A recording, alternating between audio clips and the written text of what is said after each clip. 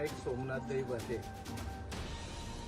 यांच्या घराचं काही दिवसापूर्वी विजेच्या शॉर्ट सर्किटमुळे आग लागून 100% या ठिकाणी नुकसान झालं आणि संपूर्ण मावळ तालुक्यामध्ये विनायकच्या घरावर जो आघात घडला त्याचा खूप मोठा समाजाला देखील दुःख झालं आणि समाजातल्या अनेक दानशूरांनी एकत्र येऊन यामध्ये विनायकचं नवीन घर उभं करण्याचा संकल्प केला।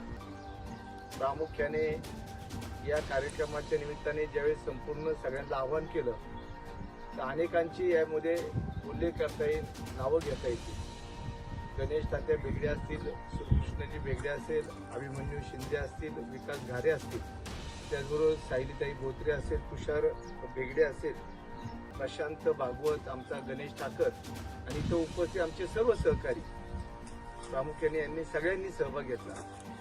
विशेष करून ज्यावेळेस घराला आग लागली त्यावेळेस घरामध्ये कुठलीही वस्तू शिल्लक असताना ती काढण्याचं धाडस करणं हे खूप कठीण होतं।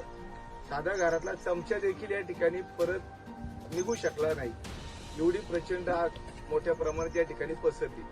परंतु जे घरात सिलेंडर होते त्या सिलेंडरचा स्फोट झाला असता तर त्याचं नुकसान बाजूलाही झालं असतं आणि त्या ठिकाणी भाऊनी खूप मोठं धाडस दाखवलं। खरं तुमचं मनापासून अभिनंदन करतो की तुमच्या धाडसामुळं होणारा दुसरा या ठिकाणचा मोठा अपघात टाळला आणि ते 3 सिलेंडर घराच्या बाहेर काढले आणि आज आम्ही सगळेजण या घराच्या कामाचा या ठिकाणी शुभारंभ होतोय। सगळ्यांच्या सहकार्यातून विनायकचं नवीन घर या ठिकाणी उभं राहतंय।